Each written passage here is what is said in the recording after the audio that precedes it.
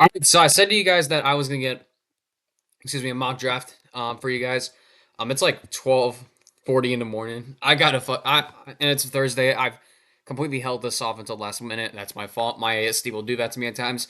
But we have my NBA mock draft. Now I'm going to go specifically from Baladri. If I look over here, I have my order ready to go. I may make some adjustments as we go. But overall, I'm gonna expand it. Excuse me, from what do you call it? From lottery to first round into a whole draft because I got to get through all the prospects, and then I also got to make finals content for you guys because I got to cover all the games.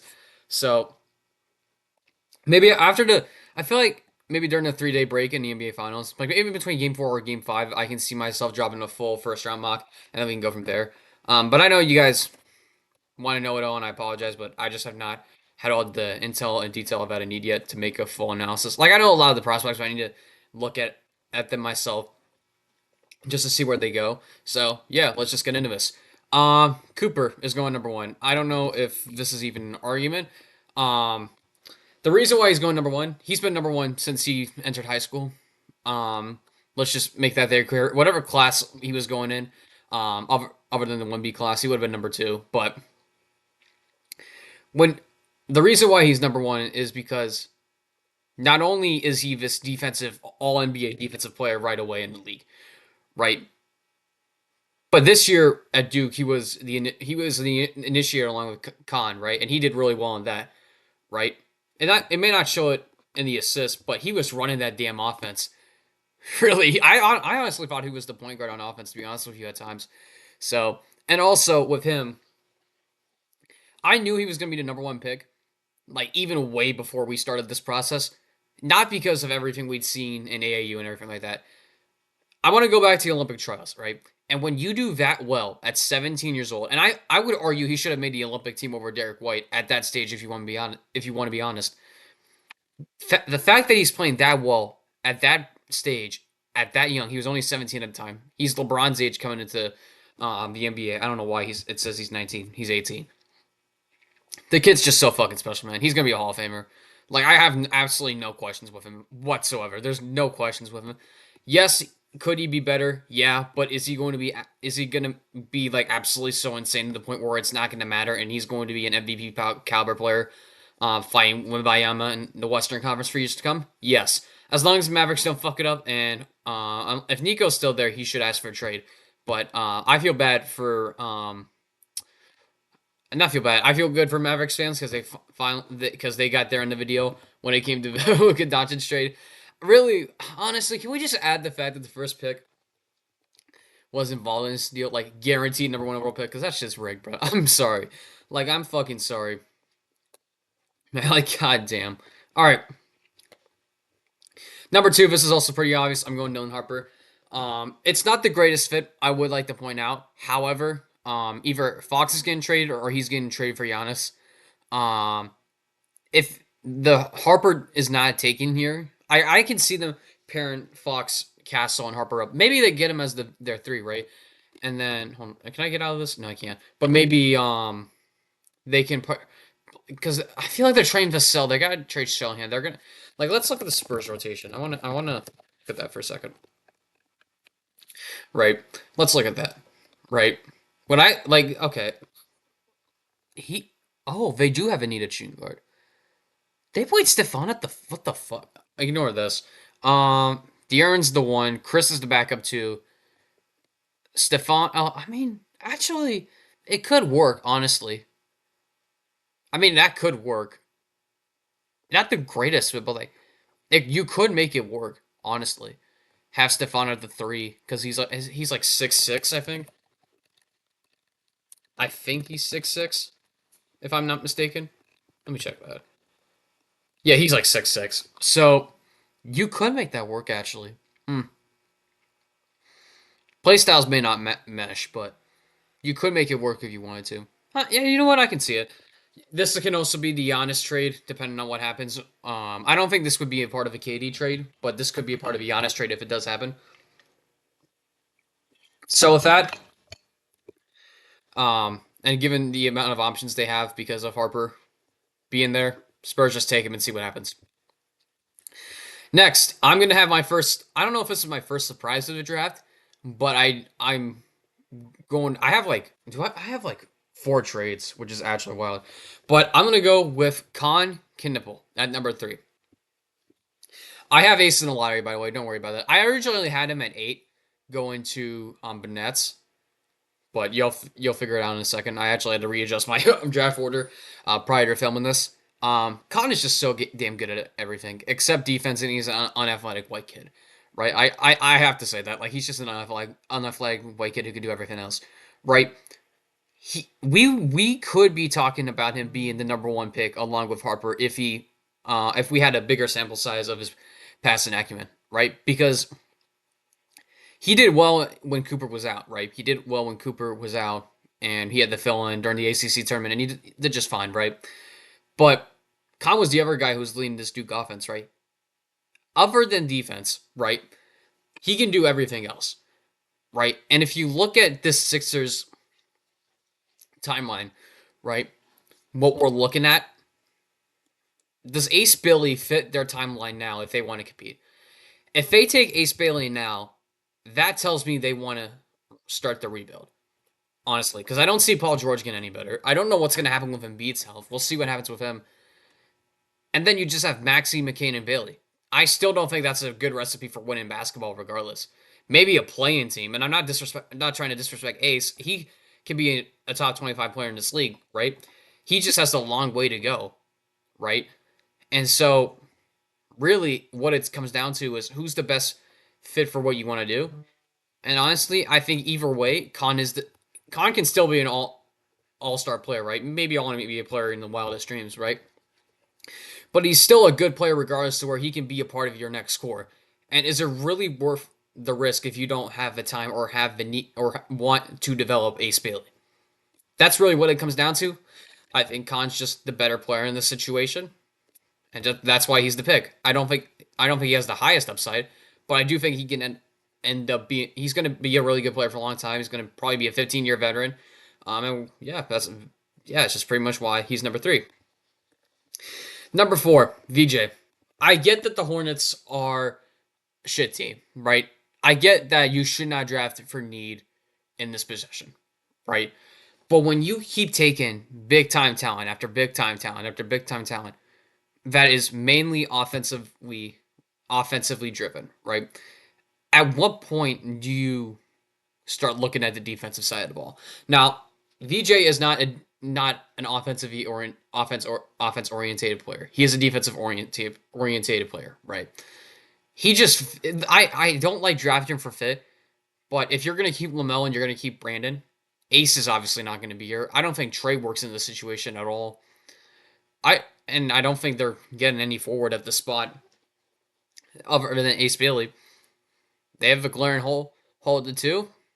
And VJ just makes the most sense at the end of the day. So, gonna go VJ in this situation. It's been pretty much one of the most consistent mock things they've done in this spot. That's been mocked at this spot. They could surprise us like they did last year with Saloon, which he hasn't done well, but we'll see with that. Next, this one is going to be the first wow moment of my mock. I know I'm going to get a flat ton of shit for this, but I really, really do not give a fuck. Cedric Howard at number 5. Now, when people ask why I don't have Trey Johnson here, by the way, Trey Johnson's just fine. Did I have him in this fuck? I did. Oh, I did. Oh shit! I gotta make that adjustment. All right. Yeah. You know what? I can make that adjustment. All right. Okay, I know who I'm moving down. All right, never mind. Whole nother conversation. But with Cedric, right? I've watched some of his high school tape, right? Very little of it because it's on Huddle, and you could not have told me this was an NBA player 5 years ago, right? He's on a learning curve, right? He played center in high school, right? I don't know what happened in 2021 because I only had 2020 film when he was a junior in high school, but he played center, man. It just looked like you could tell he had the movement, he had the athleticism, and he had the wingspan, right? His wingspan's just fucking ridiculous. But when you look at him, right, realistically, he's only been playing the free for what, maybe 3 years? Because I saw some of his community college team as well, and they had him at center most of the time, maybe power forward, but he's only really been playing like out on the perimeter for like 3 years. And done well there defensively, right? He can make his own shot. He can do all these things, right? This is really like the Jalen Williams 2.0 type of situation, right? Like his floor is like a 3 and D plus player. I think if you plug him in any situation, he's going to be just fine, right? If he right, he may turn into Jalen Williams. I don't know if he will. That was the ceiling I had for him when I was scouting him, but his 7'2" wingspan at 6'5" is just fucking ridiculous. Like it just is. And given how rapid his progression has been, right, from a player who didn't even look like a fucking 3-star recruit, right? I'm gonna be honest. He didn't deserve to be a 3-star recruit in high school. To where he's at now, just how much better can he be, right? And so, really, what this comes down to is, do you bet on the progression, right? And when you look at the Jazz, right, Utah. Oh, I could just look at right here. I completely forgot. Right, let's look at the Utah Jazz rotation. Right, you have Collier, who I think you have to give him multiple years. I think, given his pedigree, you give him multiple years. Keontae Jordan is fine, right? And Jordan Clarkson, unless you trade him, you're not gonna specify a guard, right? Because I think you just let these two develop and see what happens, right? You have Colin Sexton, who's another guard who's being player, right? Laurie, John, right? They're completely fine, right? And Walker. There's a glaring hold at the three, right? Why the fuck is Colin Sexton playing the three? I don't think he actually is, but if he is, fair play. But Cody Williams, unless if they believe, I think really this pick comes down to, do they believe in Cody Williams or not? Because if they don't, I think they're not going to take Trey. Not because of anything against Trey, but I just don't think it's a good fit right now. Because all four of these guys taking his touches, if they're going to stay put, I think it really comes down to trades. In this situation, and it also depends on if Cody's not that good. I'm gonna assume that I'm just assuming that this is gonna be the base roster. But Cedric just makes the most sense in this situation. I have him as a lottery luck, honestly. Honestly, he's a lottery luck. I think he'll end up going to the lottery. I don't know how high he'll go. This might be the highest anyone's taken him. But you know what? I'm gonna take the player that I think is the best in this situation, and I know Trey Johnson's working his ass off right now with his trainers and everything like that on his passing. But I just think this is the best situation for everybody involved because, I mean, Cedric is Cedric, and he'll probably figure it out, right? So, it's like he's just gonna plug in right away and be well, and he has more room to grow in the Utah organization. And it just sounds like a fucking Jazz pick. Like I feel like he's gonna go top 10. Honestly, now thinking about it, and I wouldn't be mad if they took him at 5. Like, yes, they could trade him down, right? And realistically, the Pelicans go pick up Trey Johnson if they feel like they need to move up, and then they take Cedric at 7, honestly. But you know what? I'm the GM of the Jazz in this situation. I do what I want. If I don't get good offers, I'll take my guy anyway. All right, next we're going to go number 6. Now, this is my first trade of this mock, and we're going Wizards and Nets. Now, we are going to do a pick swap. Brooklyn gets number 6. They trade number 8, and they trade the lower of one of their first round picks to move up. Because really, honestly, with given the Wizards' current core, they definitely want to get some support guys around their big four of Johnson, Carrington, Sarr, and Kuliabi, and George is already there as well. So realistically, they don't really need Ace. I'm gonna be honest at this moment. And even if they suck, right, just give the core a couple years, see what adjustments need to be made, right, and just go from there. They don't need to panic in this situation because they can just go for the 2026 draft and see if they get Darren Patterson or Trey John or Ace or AJ Dimebasta or anyone else. So, and also the Nets might be worried someone else might trade up because they see Ace Bailey sliding. So, and they have 4 first round picks. I don't see them using all 4. They could. I mean, they talk about in their YouTube videos on how they got to get this draft right. And I think they're looking at trying to get a star in this draft. And you know what? Good for them. So let's do that. And now the Nets are on the clock. And they're taking Ace Bailey.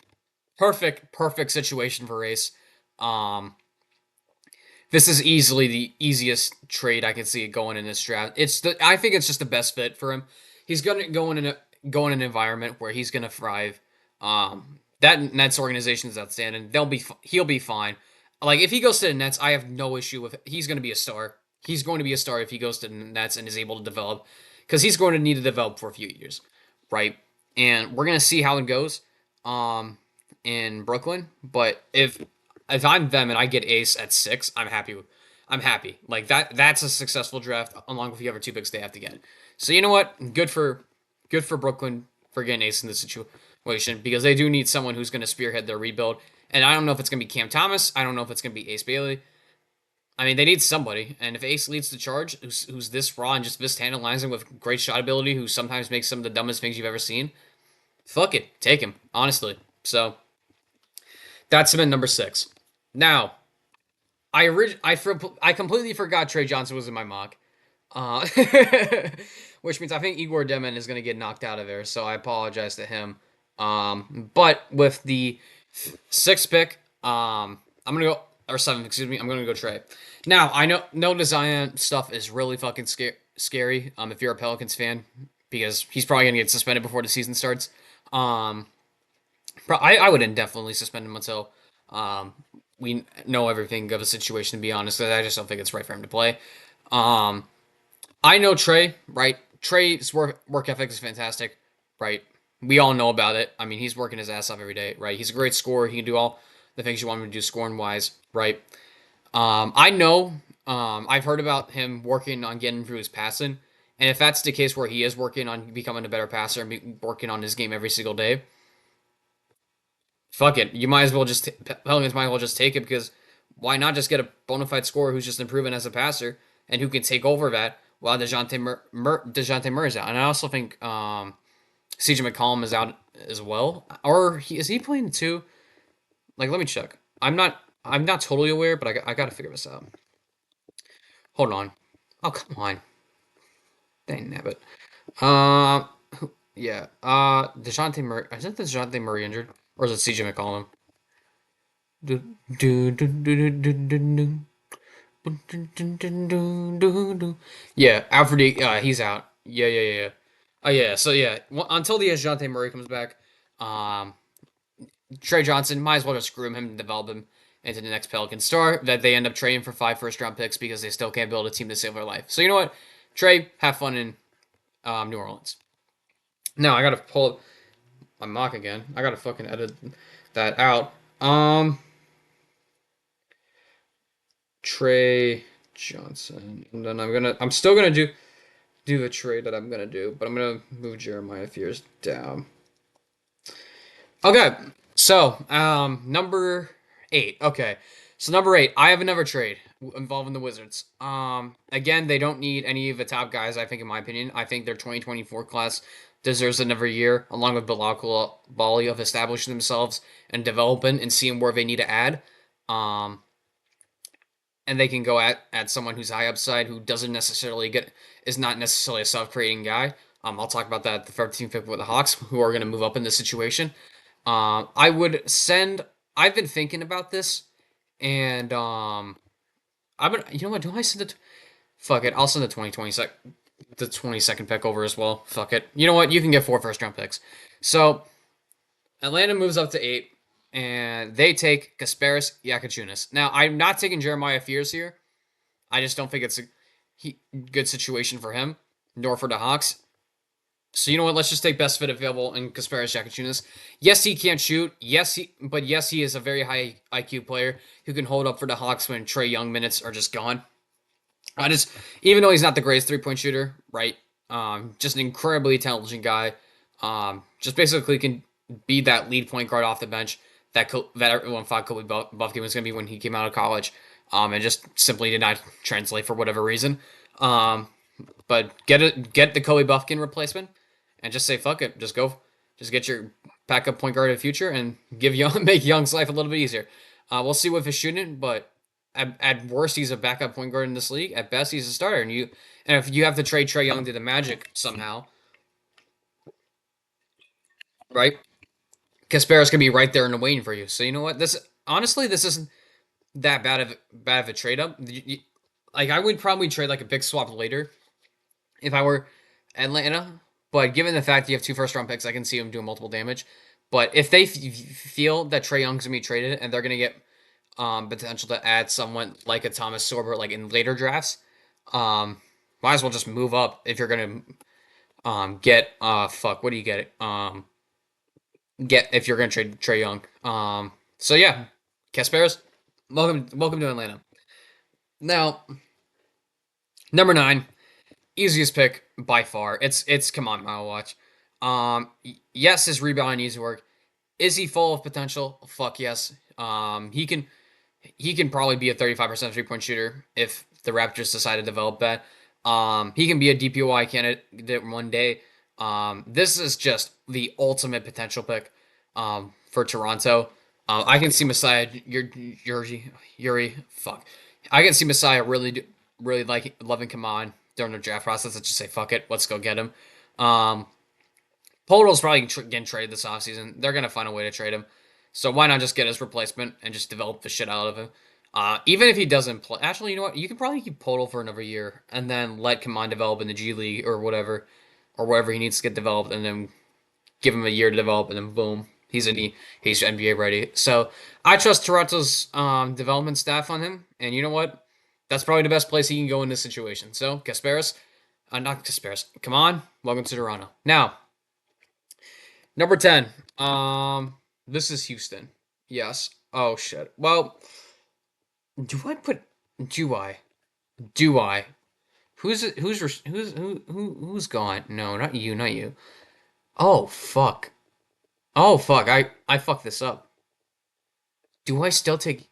No, they don't need a fucking wing. They have like 5 of them. Like you have him. You have Reed. Who's the other? No, you don't. You don't need Jeremiah. Shit. Do they just? You know what?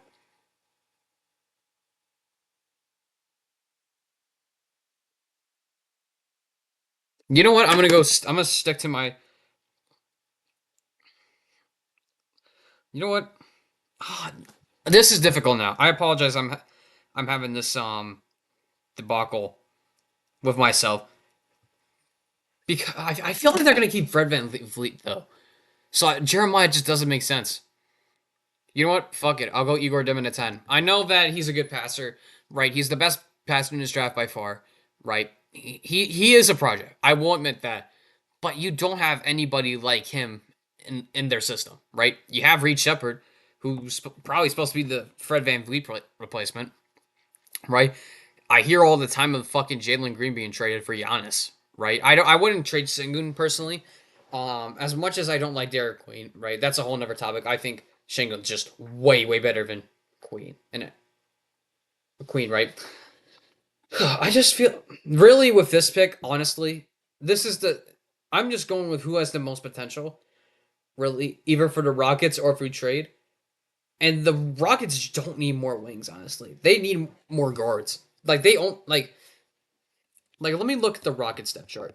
Or yeah, Rocket step chart, excuse me. Right. Let's go. Where are they? Right here. Alexa, stop. Right. You have Fred. You had Aaron. I mean, yeah, they do. Reed's gonna take over Aaron's role. And then you need that fourth guard to run 10 deep. You know what? If they want to groom someone for a few years and let him take over, if they think, I mean, this is a real. Also, this just really depends on Dylan Brooks' deal as well. Yeah, you know what? I'm gonna stick with Igor. I just think even though he's a shit shooter right now, he could develop into a shooter. He's just way too talented as a passer and just has too many physical tools to not be a good player for a long time. Also, with him, he's just versatile. He can play 3, he can play 1, he can play 2. However the Rockets go with their team construction in the future, it's gonna bring versatility, right? And versatility is the name of the game in the NBA, right? I think they only go like 9 deep or 11 deep. They need guard guys. They need more guard guys. Honestly, they have the forwards already. They just need guard guys, honestly. And you know what? I like that. So you know what?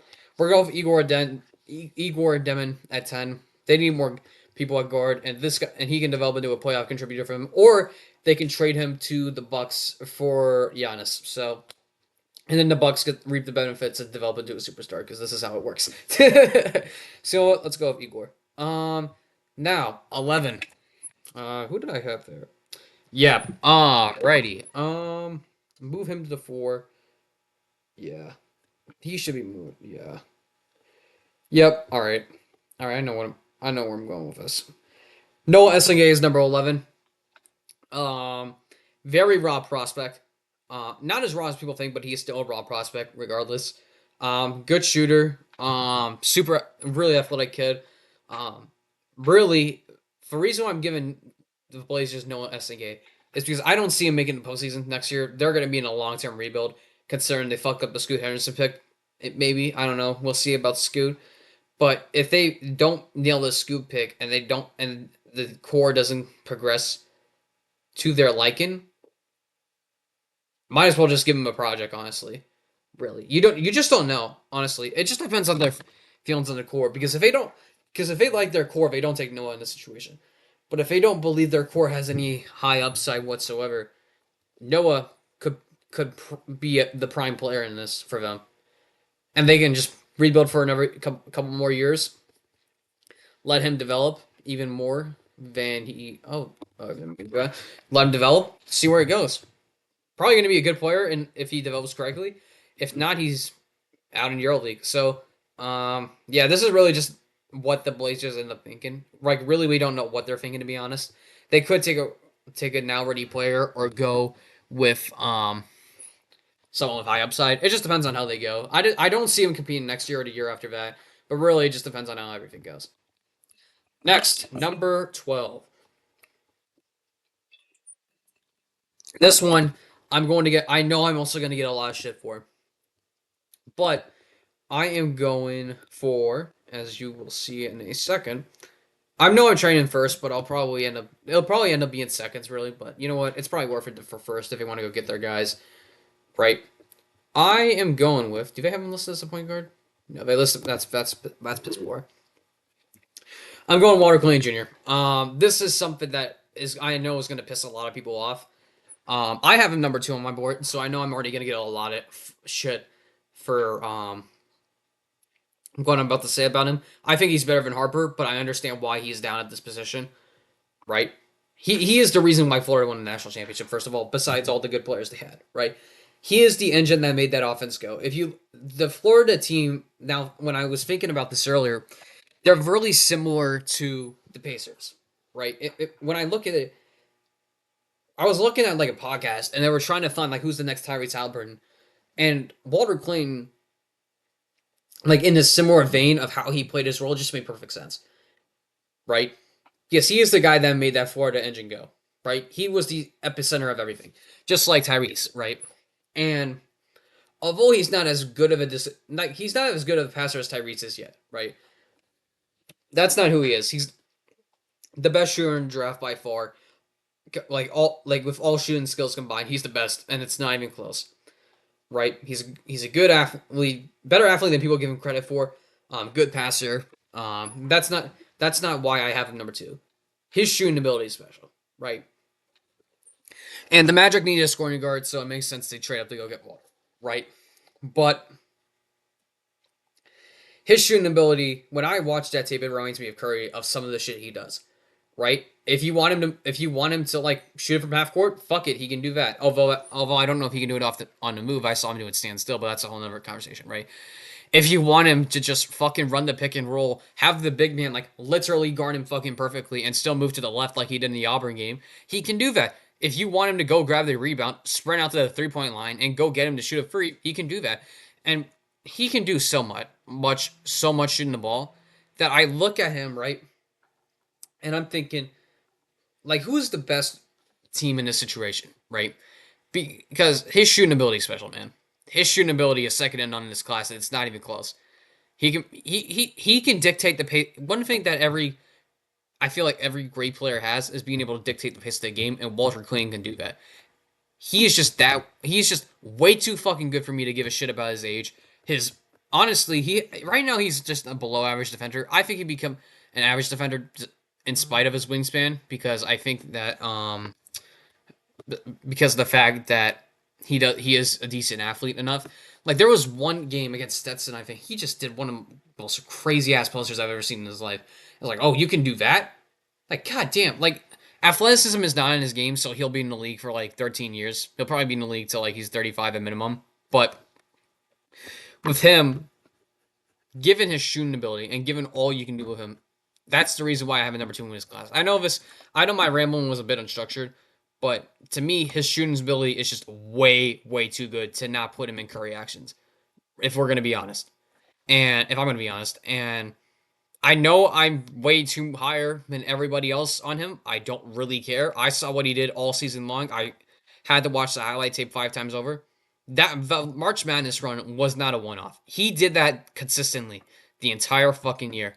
And to me, the kid's just way too good not to be a lottery talent despite his age. I really do not care. I think he'll be just fine in Orlando. If they build the correct team, if he ends up going to Orlando, because I know they're targeting him 100%.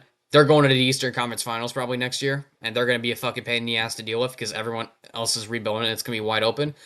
But I think it's worth a trade up for the Magic because someone else, um, who knows, the Celtics might just trade up and just say, fuck it, give the Bulls Drew Holiday and just move up to 12 and go get him. So I just think Walter Clayton makes sense in this situation for Orlando and just in general. I think if they end up getting him, it's gonna be ridiculous how big their big three is gonna be for the next 10 years, man. I mean, Franz, Paolo, and Walter Clayton, man, that's just fucking ridiculous. Like, honestly, that's just insane. So enough rambling for me on that. Now we have the what do you call it? We have the Wizards pick. Now, Jeremiah, you're going to fall out of the lottery. Not because you're not good, but because I have other people in mind that are better fits at the spot. Derek Queen, I have him on as a late first round grade. To be honest, it's not because he doesn't have a great feel for a touch of the game, because he does, right? Like he has a great feel for the game. Like he can do all the big man things. But the thing with him is that he's undersized for a big man. Not that it matters too much. I don't really care about that. What concerns me is that he's not the greatest athlete. He can't play defense and he can't shoot. Like if he can shoot, I have no issues with him whatsoever, right? He would play the Julius Randle role to me. If we're going to be honest, right? But I just don't think it's worth taking a guy like him at this point unless you center like your whole offense around him. And there's a lot of teams where I just don't see that. So I just don't see the value of him at this point, right? Jeremiah, great player, but just doesn't fit any teams in this situation, right? I mean, the only team that fits him is the Hawks, and yet I feel like the Hawks are gonna keep Trae Young this offseason unless something happens. So Jeremiah doesn't make any sense in that situation. Colin Murray Boyles, great defender, not the greatest offensive player, right? Like he's going to be an impact player on defense. He's gonna be a Jared Vanderbilt level type of defensive player. He's just not gonna be there, right? And then I see Asa Noel. There's a lot with him. I mean, I don't know if his agent was hyping up, but he said he got Giannis comparisons. I mean, yeah, but like I don't. But you were playing in like a rim run and roll the entire year. I mean, we'll see. It really just depends on how he turns out. But I just don't see him being a fit at any stage in this situation. And I'm not going to go over anybody else.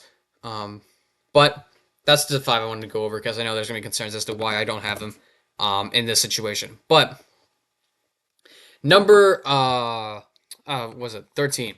I'm going Rasheer Fleming. Now, I literally just did a by scouting report on him prior to me recording this video because I knew I actually had about six at one point, which is insane. But I looked at him and I want to just make sure I had everything right about him. He is not a what do you call it? He is not he's not a self-creating player, right? There's some concerns about his shooting, right? In terms of just like how his form is and everything like that. And how and his creativity when it comes to shooting, right? But man, 7'5" wingspan at 6'8". That's just fucking ridiculous, man. That's just fucking ridiculous. Like, come on. Like, if we're gonna be honest, if we look at the Wizards roster, right? I'm gonna go back to it, right? Like, if we look at it, right? Like, Jordan Poole's probably gonna be gone this offseason if they're smart, right? If we look at this team, right? they already have their two guards in the future above Carrington and AJ Johnson, right? They're going to develop them, right? I don't see a point in drafting another guard into that situation and letting them find out. I don't think that benefits everyone. I also don't.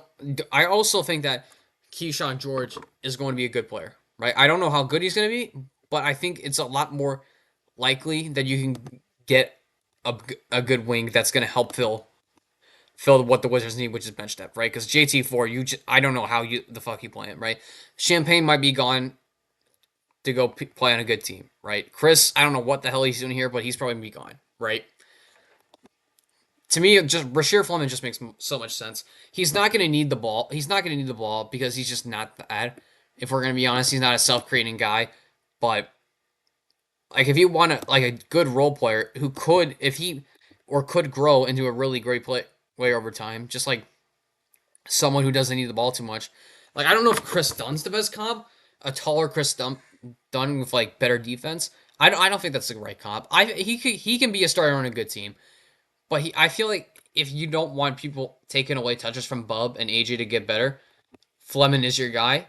And I think given how good the Wizards draft returns look early, just go get a guy that's not gonna touch the ball as much and is more of an off-ball player than an on-ball player.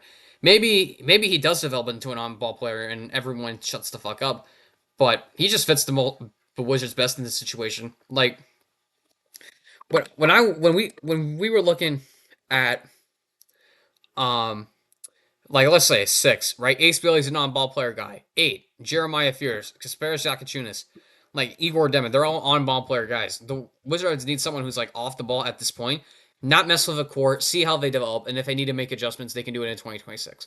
And I feel like Rasheer Fleming is just the best in this situation for them, and I think he'll be a good pro for a long time. So that's why I'm going to go with Rasheer Fleming at number 13. Now, final pick of the first round, or lottery, excuse me. We're going Carter Bryant. He did not get the ball a lot as a freshman, right? He played in the corner. He was played 3-and-D guy, right? Even if he doesn't reach his full potential and ends up becoming the Jeff Green of tantalization, right? You're getting a good 3-and-D player at least, right? So, like, they're gonna have to figure, like, with the Spurs, right? Like, let me go back to them, right? They're gonna need 3-and-D guys, right? 3-and-D guys off their bench who could grow, right?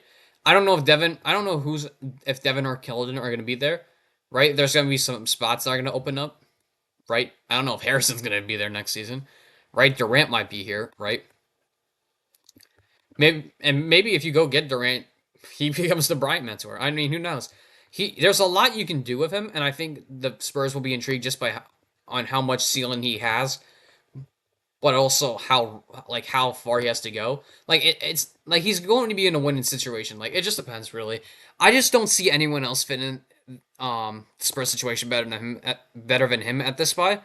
And honestly, that's why I'm just going to pick him at 14. You know what? Just take the chance and say fuck it. Look, if Vassell and Johnson are out, and we think Bryant's the guy, and he isn't Jeff Green 2.0, fuck it. You can go do something with it. So that's why we're going to go with Carter Bryant in this situation. Like, at worst, he's a 3-and-D player that he can help you off the bench for years to come. If not, he's probably an all-star. Like, because I've seen people mock him to that because of all the, like, traits, like Jeff Green. So, I mean, if Jeff Green actually panned out, he'd be Hall of Famer. But you know what? Let's go Carter Bryant. And that's it. How long was that? 38 minutes. Holy shit. Well, hope y'all enjoyed the video. This is my longest video. I gotta go fucking make the thumbnail. And I'm probably posting this at probably later today, before the finals start. Probably at 2, probably, before I go to the gym and go hit leg day. I probably got to answer some emails as well before that. So, yeah, I can't wait to watch the finals.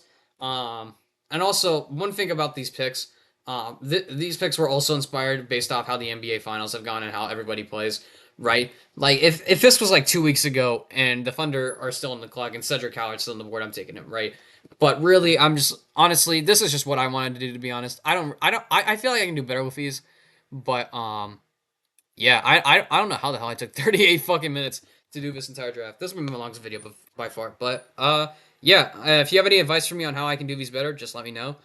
This is not edited, by the way. I just don't feel like editing this shit, but hope you guys enjoyed this video, and I'll see you guys for game one.